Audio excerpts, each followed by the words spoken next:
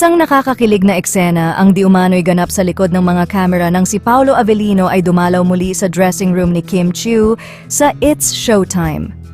Ayon sa mga usap-usapan, tila hindi na bago ang madalas na pagbisita ni Paolo kay Kim sa backstage ng nasabing noontime show. Ngunit ang ikina-excite ng marami ay ang tila di umano'y pagkadulas ni Paolo nang tawagin niya si Kim ng babe.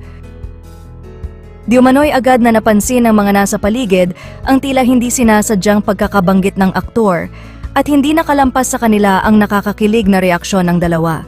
Marami ang napa-oh at kinilig sa mabilis na palitan ng tingin ng dalawa, ngunit nanatiling cool si Kim at ngumiti lamang na para bang sanay na sa tawagan na iyon.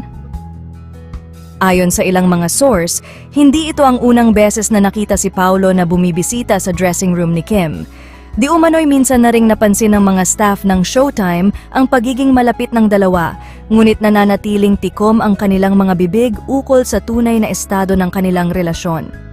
Bagamat wala pang kasiguraduhan sa katotohanan ng balitang ito, masaya naman ang mga fans sa idea na binisita ni Pao si Kimi.